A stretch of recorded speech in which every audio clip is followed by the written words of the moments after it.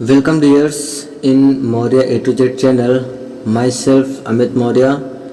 और आज हम लोग सीखने वाले हैं क्वाड्रिलेटरल मतलब चतुर्भुज के बारे में। क्वाड्रिलेटरल्स क्या होता है और भी आप चतुर्भुज के बारे में जानने वाले हैं, तो वीडियो के लास्ट तक बने रहें। और मेरी गारंटी है कि आपको ऐसा वीडियो पूरे यूट्यूब पर नहीं मिलने वाला है दोस्त। तो ठीक है ना, तो लगातार आप इसको वॉच करें और अच्छे से सीखें। चलिए समझते हैं। लिखा हुआ है a quadrilateral is a closed plane figure bounded by 4 line segments. कहने का मतलब क्या है कि चतुर्भुज एक बंद समतल आकृति है। समतल का मतलब समझ रहे हो ना? समतल का मतलब बस ये, जैसे कि ये कोई भी कागज का पेपर है, इस पे हमने कोई भी लाइन ड्रॉ कर दिया तो ये समतल में बनाया गया। समझ में आया ना? तो यहाँ पर क्या हो गया, कह रहा है एक समतल बंद आकृति है ना, मतलब क्लोज आकृति हो। यहाँ पर देखिए क्लोज प्लेन फिगर बोला है ना, मतलब बंद हो और क्या हो, बंद आकृति हो, समतल में हो। ठीक है ना, जो 4 रेखाखंडों से घिरी हो। कितनी रेखाखंडें हो? 4 रेखाखंड हो। तो ये रेखाखंड एक दूसरे से कई तरह से मिलकर 4 भुजाओं वाला बहुभुज बना सकते हैं। मतलब तरीका कोई भी हो सकता है, लेकिन उसमें 4 भुजाएं होंगी और बंद समतल आकृति होगी, मतलब खुली हुई ओपनली नहीं होगी। समझ में आया ना? अब देखिए इंग्लिश में क्या लिखा हो। This line segment can meet each other in a variety of ways to form a 4 sided polygon. यानी पॉलीगॉन का मतलब समझ में आया ना, बहुभुज। तो जो भी बहुभुज होंगे वो 4 साइडेड होंगे और स्ट्रक्चर वो कोई तरीके का भी हो सकता है, वो अभी आपको हम आगे दिखाते हैं। अ quadrilateral has 4 sides, 4 vertex and 4 angles. ये बिल्कुल माइंड पर एब्जॉर्व कर लीजिए क्या क्या लिखा हुआ है। अ क्वाड्रिलेटरल हैज 4 साइड्स मतलब एक चतुर्भुज में 4 भुजाएं होती। कितनी भुजा होती है चतुर्भुज में? 4 साइड्स मतलब 4 भुजाएं होती हैं। 4 वर्टेक्स होती हैं मतलब 4 शीर्ष होते हैं। शीर्ष वर्टेक्स क्या होता है वो भी आगे हम आपको बताते हैं। एंड 4 एंगल्स, और एंगल कोण कितने होते हैं? तो 4 कोण भी होते हैं। वो कैसे? वो ये देखिए यहाँ पर लिखा हुआ है ना। यहाँ पर देखिए एक तरीका तो ये हो गया आपका, ये बन गया स्क्वायर। ये भी क्लोज फिगर है ना, जिसमें 4 एंगल है, 1 2 3 एंड 4 4 एंगल है। और यहाँ मतलब 4 क्या है आपके? रेखाएं हैं। अब अगर एंगल की बात करी जाए तो देखिए एक एंगल ये हो गया, दूसरा एंगल ये हो गया, तीसरा एंगल यहाँ पर बन गया और चौथा एंगल यहाँ पर हो गया। तो 4 एंगल भी हो गए और इसके 4 शीर्ष भी हो गए। देखिए 1 पॉइंट हो गया, 2 पॉइंट हो गया यहाँ पर, इसके बाद यहाँ पर आगे 3 पॉइंट हो गया, इधर ये हो गया 4 पॉइंट। क्लियर हुआ? अब ऐसे ही, अब ये तो एक टाइप हुआ, इस तरीके से बना। दूसरा इस तरीके से भी तो बन सकता है कि नहीं? तो क्लोज फिगर है और इसमें भी देखिए 4 पॉइंट हो जाएंगे, है ना। और अगर लाइन की बात करूं, लाइन सेगमेंट की देखिए 1 segment, 2 line segment, 3 line segment and 4 line segment. तो इसमें 4 लाइन सेगमेंट भी हो गए। सेम ऐसे ही आप इस इमेज को देख सकते हो, इस इमेज को देख सकते हो, इस इमेज को देख सकते हो, या फिर ऐसे भी देख सकते हो। मतलब इनके शेप्स अलग अलग तरीके से हैं, लेकिन सब एक ही चीज फॉलो करते हैं। वो क्या फॉलो करते हैं? ये क्वाड्रिलेटरल क्या लिखा हुआ है? A quadrilateral has 4 sides, 4 vertex and 4 angles. अगर ये इस तरीके का कोई भी समतल आकृति आपको मिलती है, मीन्स कोई भी आपको प्लेन फिगर ऐसा क्लोज्ड तरीके का मिलता है, तो वो क्या कहलाएगा? क्वाड्रिलेटरल्स कहलाएगा, मीन्स चतुर्भुज कहलाएगा। क्लियर है? समझ में आया आपको? तो चलो फिर आगे देखते हैं। टाइप्स ऑफ क्वाड्रिलेटरल्स मतलब चतुर्भुज के प्रकार। अब चतुर्भुज कितने प्रकार के होते हैं वो समझते हैं। तो फर्स्ट आपका है पैरेललोग्राम। कौन सा है? पैरेललोग्राम, जिसे बोलते हैं चतुर्भुज। क्या बोलते हैं? चतुर्भुज। चलो समझते हैं। A parallelogram is defined as a quadrilateral whose opposite side are parallel। Parallel मतलब क्या होता है? समानांतर। मतलब एक समानांतर चतुर्भुज को एक चतुर्भुज के रूप में परिभाषित किया जाता है जिसकी विपरीत भुजाएं समानांतर हो। मतलब एक दूसरे के अगर विपरीत भुजाएं, समानांतर का मतलब क्या है? एक दूसरे के समान हो। समानांतर का मतलब क्या होता है? एक दूसरे के समान होना, है ना, एक दूसरे के सीध में होना। तो अगर इस स्थिति में कोई त्रिभुज पाया जाता है तो वो क्या कहलाएगा, तो समानांतर चतुर्भुज कहलाएगा। समझ में आया? समझ में आया ना? चलो स्ट्रक्चर देखते तो और समझ में आ जाएगा। यहाँ पर देखिए पैरेललोग्राम, समानांतर चतुर्भुज जिसको बोलते हैं। यहाँ पर देखिए AB, DC, BC and AD, ये कुछ रेखाएं हैं आपको दी गई ना। यहाँ पर ऐसे भी समझ सकते हैं कि AD रेखा हो गई, इधर से BA रेखा हो गई, मतलब BAAD हो गया ना, और यहाँ से एक BC रेखा गई और यहाँ से CD रेखा गई। मतलब आप किसी भी प्रकार से इसको माप सकते हैं, किसी भी एंगल से आप इसको देख सकते हैं, ठीक है। तो यहाँ AB is equal to DC के दिया गया है। क्या दिया गया है? AB is equal to DC के। मतलब देखिए यहाँ पर A पॉइंट और B पॉइंट को देखा जाए तो ये जो रेखा है वो D पॉइंट और C पॉइंट रेखा के बिल्कुल एग्जैक्ट पैरेलल है कि नहीं। ये देखिए ये बनती ही जाएगी, सामने भुजा बनती ही जाएगी, ये भी भुजा बनती जाएगी। क्या कोई ऐसा जगह आएगा, ऐसा कोई पॉइंट आएगा जहाँ पर ये दोनों आपस में मिल सके? नहीं मिलेंगे ना। ये चाहे जितने बड़े पेज में आप बनाते चले जाओ, ये कभी एक जगह मिलेंगे नहीं, ये हमेशा पैरेलल होंगे। समझ में आया? जैसे रेल की पटरी, जो आपकी रेल की पटरी होती है वो हमेशा कैसी होती है? पैरेलल होती है। समझ में आया? वो कभी एक दूसरे में जाकर त्रिभुज के तरीके नहीं मिल जाएंगे कि जैसे एक टेढ़ा ऐसे जा रहा हो, दूसरा टेढ़ा ऐसे जा रहा हो और आपस में कहीं क्लोज हो जाए, तो इस तरीके में तो ट्रेन पलट जाएगी ना। तो फिर ये पैरेललोग्राम नहीं कहलाएगा। पैरेललोग्राम क्या हो जाएगा? एक सीधी रेखा ये गई है तो उसी के जस्ट सीधी रेखा, समानांतर रेखा ऐसी होनी चाहिए। और एंड आगे फिर दिया हुआ है and AD is equal to BC। तो AD और BC दोनों ही एक दूसरे के समानांतर हैं। समझ में आया?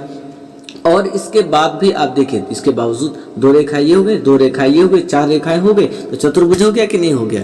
समझ में है ना? चलिए फिर आगे देखते हैं।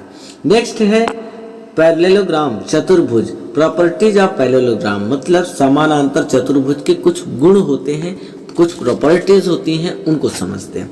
The opposite side of a parallelogram are parallel to each other, मतलब जो आपका पैरेललोग्राम होता है वो एक दूसरे के बराबर होता है, वो भी अपोजिट साइड में। अपोजिट साइड का मतलब क्या है? जैसे यहाँ पर देखिए AB रेखा DC रेखा के बराबर है या फिर नहीं, आप देख सकते हैं ना, दोनों की लंबाई सेम है। और AD रेखा और BC रेखा एक दूसरे के समांतर है कि नहीं? तो वही चीज यहाँ पर बताया गया हेयर, मतलब इसी तरीके से यहाँ पर देखिए AB is equal to CD के और AD is equal to BC के। कहने का मतलब AB DC के बराबर है और AD जो है वो BC के बराबर है। क्लियर हुआ? तो ये आपकी फर्स्ट प्रॉपर्टीज हुई, किसकी? प्रॉपर्टीज ऑफ पैरेललोग्राम, मतलब समांतर चतुर्भुज के गुण की। अब आते हैं नेक्स्ट वाले पे। नेक्स्ट प्रॉपर्टी क्या कहती है? The opposite side of a parallelogram are equal in length, यानी जो इसकी अपोजिट साइड होती हैं, जो अपोजिट साइड होती हैं, ये एक दूसरे के क्या होती हैं? लंबाई में इक्वल होती हैं, बराबर होती हैं। जैसे AB equal to CD, AB is equal to CD। जैसे अभी आपने पीछे देखा, अगर इसकी लंबाई 2 सेंटीमीटर है, AB की लंबाई 2 सेंटीमीटर है, तो DC की लंबाई भी कितनी होगी? तो 2 सेंटीमीटर ही होगी। क्लियर? अब आता है and AD is equal to BC। अब AD की लंबाई मान लेते हैं अगर 2 सेंटीमीटर इधर भी है तो BC की भी कितना होगा? 2 सेंटीमीटर होगा। अगर 3 सेंटीमीटर आपकी ये रेखा है तो 3 सेंटीमीटर आपकी BC रेखा भी होगी। क्लियर? चलो नेक्स्ट वाली प्रॉपर्टी पे चलते हैं। नेक्स्ट प्रॉपर्टीज क्या बोलती है? The opposite angles of a parallelogram are equal in measure, यानी जब इसके एंगल की बारी आए, यानी ये एंगल जैसे B एंगल हो गया और इधर D एंगल हो गया, तो ये दोनों अपोजिट साइड में है ना, तो अपोजिट साइड के जो एंगल होते हैं वो आपस में बराबर होते हैं। जैसे मान लिया अगर 60 डिग्री इस एंगल का कोण होता और पूछ लेता कि D का कितना होगा, तो आप बिना सोचे समझे बोल सकते हैं इसका भी कितना होगा? तो 60 डिग्री कोण ही होगा, 60 डिग्री एंगल ही होगा। क्लियर? तो here angle A is equal to angle C। यहाँ पर समझते हैं कि एंगल A एंगल C के इक्वल में है and angle B is equal to angle D। तो एंगल D और एंगल B एक दूसरे के क्या है? समानांतर है। मतलब अगर 60 डिग्री इसका होगा तो 60 डिग्री इसका भी होगा, और अगर 45 डिग्री ए का होगा तो 45 डिग्री सी का भी होगा। ये तय है, समझ में आया ना। तो नीचे कुछ लिखा हुआ देखिए, ध्यान से पढ़िए क्या लिखा हुआ है। Adjacent angles of a parallelogram add up to 180 degree. यानी आप पैरेललोग्राम में जब आप किसी भी भुजा, चारों भुजाओं को ऐड करोगे, ए डी सी और बी, इन चारों भुजाओं का जब योग करोगे, ऐड करोगे या फिर सम करोगे, तो उसका मान 180 डिग्री होना चाहिए। क्लियर हुआ? बहुत ही ध्यान से समझना, बहुत ही इंपॉर्टेंट टॉपिक है। इससे रिलेटेड जब क्वेश्चन मैं आपको करवाऊंगा, देखना एक चुटकियों में हो जाएगा अगर आपने इस वीडियो को ध्यान पूर्वक पॉजिटिव माइंड से आपने देख लिया तो। ठीक है, तो ध्यान आपका हेयर देर ना हो, इधर ही रहे, बिल्कुल फोकस करते रहो तो चीजें समझ में आ जाएंगी। फिर से मैं समझा दूं इसे। ठीक है, देखिए यहाँ पर AD ए एंगल और यहाँ पर सी एंगल, ये दोनों एक दूसरे के क्या होंगे, बराबर होंगे, इक्वल होंगे। अगर ए को हम 45 डिग्री मान लेते हैं तो सी का पूछ ले तो बिना कुछ करे हुए आप बता सकते हैं कि इसका भी मान कितना होगा, 45 डिग्री होगा। अब अगर बी को हम 60 डिग्री मान लें तो फिर डी का बिना पूछे, बिना कुछ कहे हुए भी 60 डिग्री होगा। बट इन चारों कोणों को अगर हम ऐड करना चाहें तो ऐड करने के बाद 180 डिग्री होना चाहिए। ये ऐसा समांतर चतुर्भुज का गुण है, मतलब प्रॉपर्टीज ऑफ पैरेललोग्राम है। क्लियर हुआ? चलो फिर नेक्स्ट पे चलते हैं। नेक्स्ट आपके प्रॉपर्टीज है, the opposite angle of a parallelogram are in equal measure. Here angle A is equal to angle C and angle B is equal to angle D। Means वही है जो मैंने आपको अभी समझाया, ये रिपीटेड हो गया, मतलब दोबारा से स्लाइड लग गई ना, कोई सुने। नेक्स्ट देख लेते हैं। नेक्स्ट क्या है प्रॉपर्टीज ऑफ पैरेललोग्राम में कि here angle A plus angle B is equal to 180 degree. यानी अगर एंगल A और एंगल B की बात करी जाए और इन दोनों एंगल को आपस में ऐड कर लिया जाए तो कितना आना चाहिए, 180 डिग्री आना चाहिए। क्लियर? अगर एंगल ए और बी को ऐड करा जाए तो कितना आना चाहिए, 180 डिग्री आना चाहिए। ये इसका मान होना चाहिए।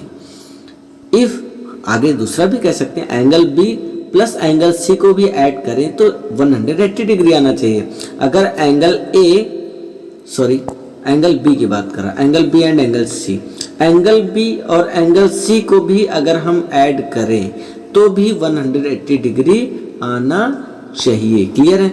इसके बाद है angle D plus angle A is equal to 180 degree. अगर एंगल ए को ऐड करा जाए एंगल डी के साथ तो भी उसका मान 180 डिग्री आना चाहिए। ऐसा समांतर चतुर्भुज का गुण है, मतलब प्रॉपर्टीज ऑफ पैरेललोग्राम का ऐसा गुण है। समझ में आया?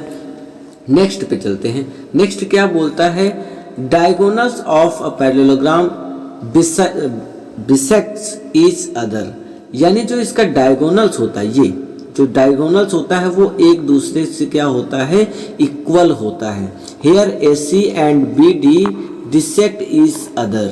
यानी जो AC रेखा है और BD रेखा है एक दूसरे को बाइसेक्ट कर देता है, मतलब एक दूसरे को इंटरसेक्ट कर देता है, एक दूसरे को कहीं एक पॉइंट पर मिला देता है, एक दूसरे को कट कर देता है, ऐसा हम कह सकते हैं। ठीक है, लेकिन अगर हम A और C की बात करें तो देखिए यहाँ पर जितनी जो यहाँ पर इसकी लंबाई है, जो इसकी लेंथ है, इस पॉइंट से लेकर C पॉइंट तक की जो लेंथ है वो इक्वल होगी किसके, इस पॉइंट से A पॉइंट तक के बीच के। तो इस पॉइंट को हम O भी मान सकते हैं ना। तो अगर हम कहें OA is equal to OC, ये बोल सकते हैं, OA is equal to OC बोल सकते हैं। समझ में आया?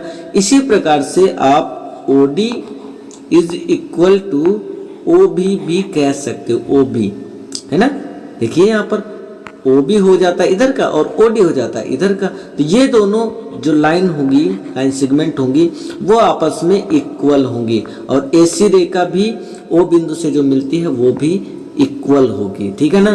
लेकिन जो AC रेखा है और DB रेखा या BD रेखा कह सकते हैं, ये दोनों एक दूसरे को बाइसेक्ट करेंगे, मतलब एक दूसरे को कट करेंगे और किसी एक पॉइंट पर ये मिलेंगे। क्लियर? अब चलिए आगे समझते हैं टाइप्स ऑफ पैरेललोग्राम्स, यानी समांतर चतुर्भुज के प्रकार कौन कौन से होते हैं। तो जैसे फर्स्ट टाइप आपका है रैम्बस। अब रैम्बस क्या होता है उसको समझते हैं। अब parallelogram in which all sides are equal, यानी ऐसे पैरेललोग्राम जिसके सभी भुजाएं समांतर हो, सभी भुजाएं समांतर हो, उससे हम क्या बोलेंगे, तो रैम्बस बोलेंगे। ठीक है, देखिए यहाँ पर इसकी सभी भुजाएं समांतर है, यानी ये वर्गाकार हो जाता है ना, तो इसकी सभी भुजाएं समांतर है कि नहीं। A B is equal to B C, यानी ये जो ए बी रेखा है वो किसके इक्वल टू में है, किसके बराबर में है, तो बी सी रेखा के बराबर है, मतलब इस वाली रेखा के बराबर है। फिर से समझ लेते हैं, यहाँ पर A B Rekha B C के बराबर है और C D Rekha D A के बराबर है।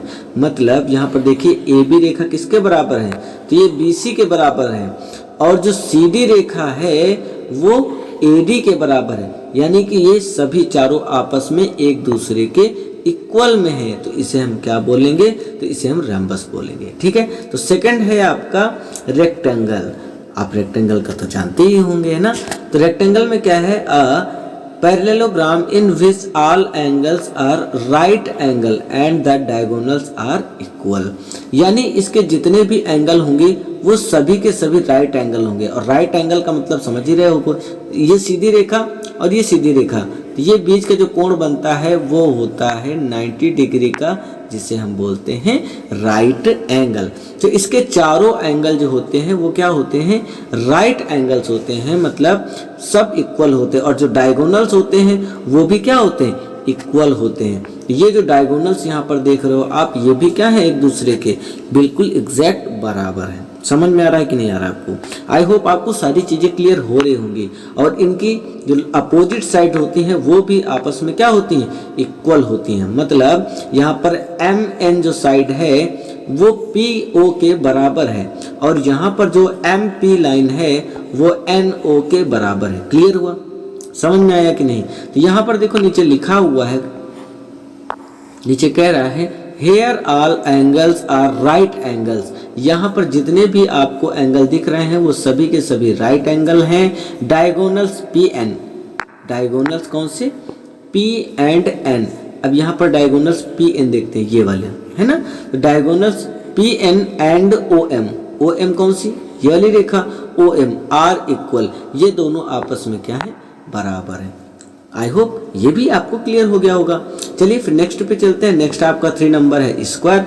स्क्वायर क्या होता है, a parallelogram with all equal sides and all angles equal to 90 degree, यानी जिसके सभी भुजाएं बराबर हों और सभी 90 डिग्री को हों तो वो आपका स्क्वायर कहलाता है। तो the diagonals of a square are also equal, जिसके डायगोनल्स मतलब ये जो क्रॉस लाइन आपको दिख रहे हैं ना, ये डायगोनल्स ही तो है ना, तो ये भी आपके क्या होते हैं, इक्वल्स होती हैं। Here all sides are equal and all the angles are right angle, यानी इसके जितने भी एंगल हैं वो सारे के सारे आपके चारों राइट एंगल हैं, मीन्स 90 डिग्री के हैं। और इनकी जो भी भुजाएं हैं वो सभी आपस में बराबर हैं, मतलब जितने भी इनके लाइन सेगमेंट हैं वो आपस में इक्वल हैं। और जो इनके आपके डायगोनल्स हैं वो भी इक्वल होते हैं, तो उसे हम क्या बोलेंगे, उसे बोलेंगे हम स्क्वायर। चलिए फिर नेक्स्ट पे आते हैं। नेक्स्ट आपका आता है ट्रेपेजियम, और ट्रेपेजियम को क्या बोलते हैं, समलंब चतुर्भुज। अब ये समलंब चतुर्भुज क्या होता है, आइए एक वे में इसे भी समझ लेते हैं। A trapezium is a quadrilateral which has only one pair of opposite side parallel and its parallel sides are of different lengths। कहने का मतलब क्या है कि समलंब चतुर्भुज एक चतुर्भुज है जिसमें विपरीत भुजाओं का केवल एक जोड़ा समानांतर होता है। समझ में आया। अब इसमें क्या होगा, इसमें विपरीत भुजा का केवल एक ही जोड़ा समांतर होगा, चारों नहीं समांतर होंगे, जैसे आपने पीछे देखा था। ठीक है, तो समलंब चतुर्भुज एक ऐसा चतुर्भुज है जिसमें विपरीत भुजाओं का एक जोड़ा समानांतर होता है, और इसकी समानांतर भुजाएं अलग अलग लंबाई की होती हैं, है कि नहीं। तो in some trapezium length it of the parallel sides are equal, such trapezium are called isosceles trapezium. तो इसे हम क्या बोलते हैं? तो इसे हम समलम चतुर्भुज को समद्विबाहु समलम कहते हैं। भाई दो भुजाएं अगर आपस में इक्वल होंगी तो समद्विबाहु बोलेंगे ना। सम का मतलब क्या? बराबर होना, और द्विबाहु मतलब दो भुजाएं बराबर होना। क्लियर है? तो ये देखिए आपके सामने इमेज है कि नहीं? तो यहाँ पर देखिए ये एक AC रेखा है और एक ये BD रेखा है। अब अगर इन दोनों को हम बढ़ाते ही चले जाएं, इसको बढ़ाते चले जाएं, तो कोई एक ऐसा पॉइंट आएगा जहां पर ये दोनों आपस में मिल जाएंगे। तो क्या ये एक दूसरे के समलंब है?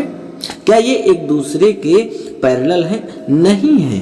एक दूसरे के पैरेलल कहाँ जा पाएंगे भाई? एक जगह पे जाके ये मिल जाएंगे ना, जैसे मैंने आपको पीछे अभी बताया था। लेकिन यहाँ पर ध्यान दीजिएगा, ये जो CD रेखा है, कौन सी?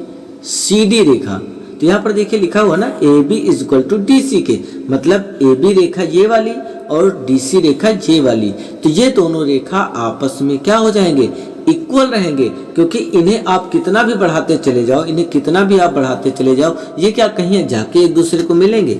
नहीं मिलेंगे ना। तो इनकी केवल दो भुजाएं ही एक दूसरे के समलंब होती हैं, मतलब एक दूसरे के समानांतर होती हैं। तो उसे हम ट्रेपेजियम बोलते हैं, मतलब समलंब चतुर्भुज बोलते हैं। तो यहाँ पर देखिए प्रदर्शित किया गया है AB is equal to DC के, मतलब AB जो है वो DC के इक्वल में है, बट आगे लेकिन लिखा हुआ है AD and BC are not parallel, यानी ये AB AC रेखा और BD रेखा आपस में पैरेलल नहीं है। ये आगे कहीं ना कहीं जाकर मिल जरूर जाएंगी।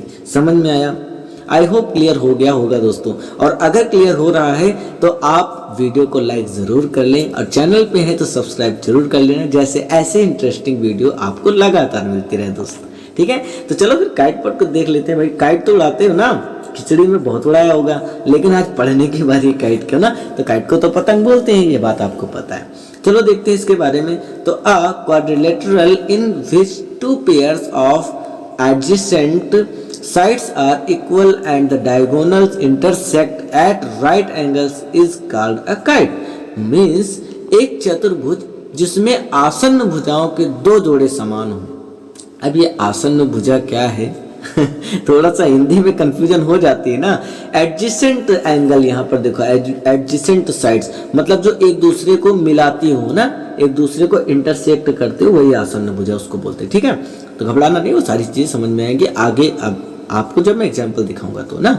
अब आगे क्या बोला? Equal and the diagonals intersect at right angles is called a kite, है ना। तो ये क्या हो? आसन्न भुजाएं समान हो और दो जोड़े समान हो, एक नहीं दो जोड़े समान हो, और विकर्ण जो होता है वो समकोण पर प्रतिच्छेदित करता हो, तो उसे ही हम क्या बोलते हैं? तो उसे हम पतंग कहते हैं, वो पतंग कहलाता है। कैसे? How is this possible? ये रहा आपके सामने। तो काइट में देखो क्या लिखा हुआ है, AB इक्वल टू AD। यहाँ पर AB रेखा जो है वो AD के इक्वल में है। ये बात समझ में आ रही है कि नहीं? देखो ये दोनों, अगर लंबाई की बात करी जाए, ये दोनों आपस में बराबर ही तो हैं। क्लियर हुई इतनी बात? अब आगे देखिए, and BC is equal to DC। अब यहाँ से जो BC रेखा है ये वाली, ये जो BC रेखा है वो DC रेखा भी क्या है? एक दूसरे के बराबर ही है कि नहीं? इसकी लंबाई और इसकी लंबाई सेम दिख रही है आपको। तो ये दोनों रेखा आपकी सेम है और ऊपर की भी ये दोनों रेखा आपकी सेम है, मतलब AB रेखा AD के बराबर है और जो आपकी BC रेखा है वो DC के बराबर है, इक्वल में है। क्लियर है? तो अब जो कोण बनेगा वो कोण AOD, बहुत ही ध्यान से समझना। यहाँ से A पॉइंट से मैंने स्टार्ट करा, O पर आए, कहाँ पर आएंगे? O पर, और क्या है आगे? D पर, है ना। तो यहां से देख सकते हैं हम कोण AO और D पर, ये वाले कोण को अगर हम इस एंगल को देखें और अगला एंगल क्या दिखा रहा है? DOC। अगर अब हम D से C पर आए, इस वाले एंगल पर आए, एक एंगल तो ये बना लिया हमने और दूसरा एंगल अगर ये बना लिया, अब आते तीसरे एंगल पर, कोण BOC पर, B और O और C पर, अब एक एंगल ये बना लिया और अगला नेक्स्ट एंगल कौन सा? कोण AOB पर। तो कोण A और OB, ये वाला इस वाले एंगल को भी अगर हम मिला लें तो ये सभी के सभी कितने कितने डिग्री के हैं, 90 डिग्री के हैं। आई होप ये बात क्लियर हो गई होगी आपको, क्योंकि 90 डिग्री का एंगल कैसे बनता, देखो ये 90 डिग्री का एंगल है कि नहीं। और अगर इसको हम माप के तौर पे लिखें तो कोण ए ओ और डी कहेंगे कि नहीं कहेंगे, तो वही तो लिखा हुआ भाई AOD, है कि नहीं। वेरी इंटरेस्टिंग ना, मजा आ रहा है कि नहीं आपको, बोरिंग तो नहीं लग रही ना मैं। अच्छा नेक्स्ट देखो यहाँ पर DOC लिखा है। अगर हम इस एंगल की बात करें D से यहाँ तक आए तो ये O ही पॉइंट है ना, देखो मिडिल पॉइंट को O माना जाता है, ठीक है। इसके बाद अगर इधर के देखी जाए तो ये भी देखो सीधी रेखा ही तो है, मतलब ऐसे ही रेखा तो बनी होती है, 90 डिग्री की नहीं होगी, तो ये भी तो 90 डिग्री की होगी, तो वही तो बात बताई जा रही है। नेक्स्ट वाला देखो यहाँ लिखा BOC, तो यहाँ से चले BO और C, अगर इस एंगल को देखा जाए तो ये भी 90 डिग्री का है, समझ में आया कि नहीं। अब नेक्स्ट फिर देखो AOB, अगर हम AO और B को कहें तो ये भी 90 डिग्री का है, मतलब ये सारी रेखाएं अगर आपस में मिलाई जाएं तो सब की सब 90 डिग्री की मिलेंगी कि नहीं, समझ में आया। तो काइट में ये सभी जो एंगल्स होते हैं वो 90 डिग्री एंगल्स होते हैं, ये बात आपको क्लियर हो गई होगी। तो माय डियर फ्रेंड्स, यहीं पर आपका ये वीडियो एंड होता है। और अगर आपको ये समझ में आया हो तो प्लीज़ लाइक ज़रूर करें, और अगर कहीं पर कंफ्यूजन हो तो कमेंट बॉक्स एम्प्टी है, कमेंट बॉक्स में कमेंट करें, हम आपको और अच्छे से समझाने का प्रयास करेंगे। तो अपने दोस्तों के साथ ज़रूर शेयर कर लें। तो चलिए मिलते हैं फिर नेक्स्ट एपिसोड में, तब तक के लिए जय हिंद।